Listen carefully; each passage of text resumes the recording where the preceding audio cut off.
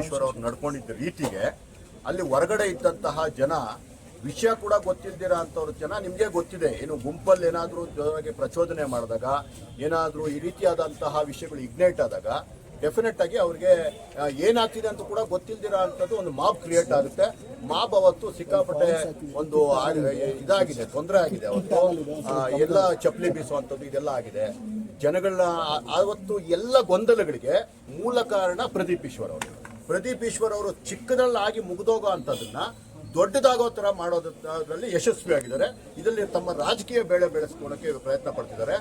ಶಾಂತಿಯುತವಾಗಿರುವ ಚಿಕ್ಕಬಳ್ಳಾಪುರದಲ್ಲಿ 2-3 ಏನು ಸಮುದಾಯಗಳ ಮಧ್ಯೆ ಬೆಂಕಿ ಇಡುವಂತ ಕೆಲಸವನ್ನ ಇವರು ಮಾಡ್ತಿದ್ದಾರೆ.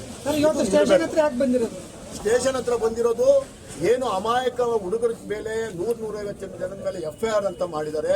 ಹೆಸರೇ ಗೊತ್ತಿಲ್ಲ. ನಿನ್ನೆ ಸುಮಾರು ಜನ ಹೋಗಿ ಎಲ್ಲರ ಮನೆಗಳು ಹುಡುಕಾಡಿದ್ದಾರೆ. ಸುಮಾರು ಯುವಕರು ಮನೆ ಬಿಟ್ಟು ಹೊಟ್ಟೋಗಿದ್ದಾರೆ.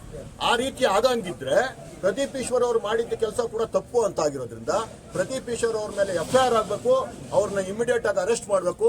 ಚಿಕ್ಕಬಳ್ಳಾಪುರದ ಮಾಮೂಲಿ ಒಂದು ಯುವಕರ ಮೇಲೆ ಆಗ್ತಿದೆ ಒಂದು ಕಾನೂನಿನ ಕ್ರಮ, ಅದು ಶಾಸಕರಿಗೂ ಅನ್ವಯ ಆಗಬೇಕು. ಆವಾಗ ಮಾತ್ರ ಇಡೀ ಚಿಕ್ಕಬಳ್ಳಾಪುರಕ್ಕೆ ಒಂದು ಸಮವಾದ ಒಂದು ನ್ಯಾಯ ಸಿಗುತ್ತೆ ಅನ್ನೋ ಒಂದು ಕಾರಣಕ್ಕೆ ಇವತ್ತು ಅವ್ರ ಮೇಲೆ ಕಂಪ್ಲೇಂಟ್ ಕೊಡೋಕೆ ಬಂದಿದ್ದೀವಿ. ಆದರೆ ಕಂಪ್ಲೇಂಟ್ ತಗೊಂತೀವಿ, FIR ಮಾಡಲ್ಲ ಅಂತ ಹೇಳ್ತಿದ್ದಾರೆ. 14 ದಿವಸ ತನಿಖೆ ಮಾಡೋಕ್ಕೆ ಅವಕಾಶ ಇದೆ ಅಂತ ಹೇಳ್ತಿದ್ದಾರೆ. ಹಾಗಾದ್ರೆ ಅಮಾಯಕ ಹುಡುಗರ ಮೇಲೆ ತನಿಖೆ ಮಾಡೋಕ್ಕೆ, ಅರೆಸ್ಟ್ ಮಾಡೋಕ್ಕೆ 14 ದಿವಸ ಯಾಕೆ ಟೈಮ್ ಆಗಿಲ್ಲ ಅಂತ ನಾವು ಕೇಳಿದ್ವಿ. ಅವ್ರಿಗೇನು ಅವ್ರ ಹತ್ರ ಉತ್ತರ ಇಲ್ಲ. ಅವ್ರದೇ ಆದಂತಹ ಆರಿಕೆ ಉತ್ತರ ಕೊಡ್ತಿದ್ದಾರೆ. ಪೊಲೀಸ್ ಡಿಪಾರ್ಟ್ಮೆಂಟ್ ಮೇಲೆ ಸರ್ಕಾರದ ಕಡೆಯಿಂದ ಪ್ರದೀಪ್ ಈಶ್ವರ್ ಅವ್ರ ಕಡೆಯಿಂದ ವಿಪರೀತವಾದ ಪ್ರೆಷರ್ ಇದೆ. ಅದು ನಮ್ಗೆ ಅರ್ಥ ಆಗ್ತಿದೆ. ಆದರೂ ಸಹ ಆ ಪ್ರೆಷರು ಅದು ನಮ್ಮ ಸಮಸ್ಯೆ ಅಲ್ಲ. ನನ್ನ ಹುಡುಗರಿಗೆ, ನಮ್ಮ ಯುವಕರಿಗೆ ಒಳ್ಳೇದಾಗಬೇಕು. ಅಥವಾ ಅವ್ರಿಗೇನಾದ್ರು ತೊಂದರೆ ಆಯಿತು ಅಂತಂದ್ರೆ ಅದೇ ರೀತಿ ಕಾನೂನು ಪ್ರದೀಪ್ ಈಶ್ವರ್ ಅವ್ರಿಗೂ ಅನ್ವಯ ಆಗಬೇಕು ಅಂತ ಹೇಳ್ಬಿಟ್ಟು ಇವತ್ತು ನಾವು ಇಲ್ಲಿ ಬಂದಿದ್ದೀವಿ. ಅವ್ರು ಎಲ್ಲಿವರೆಗೂ ಪ್ರದೀಪ್ ಈಶ್ವರ್ ಅವ್ರನ್ನ ಅರೆಸ್ಟ್ ಮಾಡಲ್ಲ, FIR ಆಗಲ್ಲ, ಅದುವರೆಗೂ ನಾವಿಲ್ಲಿ ಕೂತ್ಕೊಳಕ್ಕೂ ನಮ್ಗೆ ಅವಕಾಶ ಇಲ್ಲ ಅಂತಂದ್ರು. ಅದಕ್ಕೆ ಮುಂದ್ಗಡೆ ಒಂದು ಪೆಂಡಲ್ ಹಾಕಿ ಇವಾಗ ಕೂತ್ಕೊಂತೀವಿ ಸರ್. ಎಲ್ಲಿವರೆಗೂ ಆಗಲ್ವ, 14 ದಿವಸ ಆಗುತ್ತಾ, 14 ದಿವಸನೂ ನಾವಿಲ್ಲೇ ಕೂತ್ಕೊಂಡು ನಮ್ಗೆ ನ್ಯಾಯ ಸಿಗೋವರೆಗೂ ಹೋರಾಟ ಮಾಡ್ತೀವಿ ಸರ್. Thank you sir.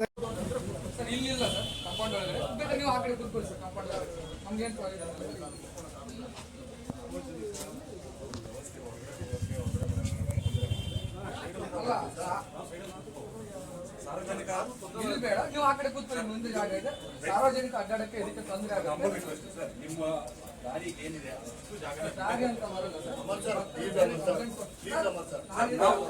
ಸಾರ್ವಜನಿಕರಿಗೆ ಓಡಾಡ್ಲಿಕ್ಕಾಗ್ಲಿ, ನಿಮ್ಮ ಆಡಳಿತಕ್ಕೆ ನೀವು ಏನು ಕೆಲಸ ಮಾಡ್ಕೊಡ್ತೀರಾ, ದೈನಂದಿನ ಚಟುವಟಿಕೆಗಳಿಗೆ ಯಾವುದು ಅಡ್ಡ ಮಾಡಲ್ಲ, ಯಾವುದು ಅಡ್ಡಿಪಡಿಸಲ್ಲ. ನೀವು ಇಲ್ಲಿ ಬರಕ್ಕೂ ಮಾಡೋಕ್ಕೂ ಇಲ್ಲಿ ಮೇಲೆ ಇಲ್ಲಿ ತೊಂದರೆ ಆಗುತ್ತೆ. ಆ ಕಡೆ ಕೂತ್ಕೊಳ್ಳಿ ಸರ್. ನಾವು ಆಗಂತಿರಲ್ಲ. ಈ ಕ್ಷೇತ್ರದ ಪ್ರಜೆಗಳೇ ಶಾಂತಿಯುತವಾಗಿ ನಾನು ಹೇಳ್ತಾರಲ್ಲ, ನಿಮ್ಗೆ ಕೂತ್ಕೊಳ್ಳಿ. ದಯವಿಟ್ಟು ಹಕ್ಕು, ನಮ್ಮ ಹಕ್ಕನ್ನು ಕೆಲಸ ಮಾಡಿ ಸರ್. ಈಗ ಸ್ವಲ್ಪ ಬಿಸಿಲಿದೆ, ಒಂದು ಕೆಲಸ ಮಾಡಿ ಅಲ್ಲಿ ಪೆಂಡಲ್ ಹಾಕ್ತಾರೆ.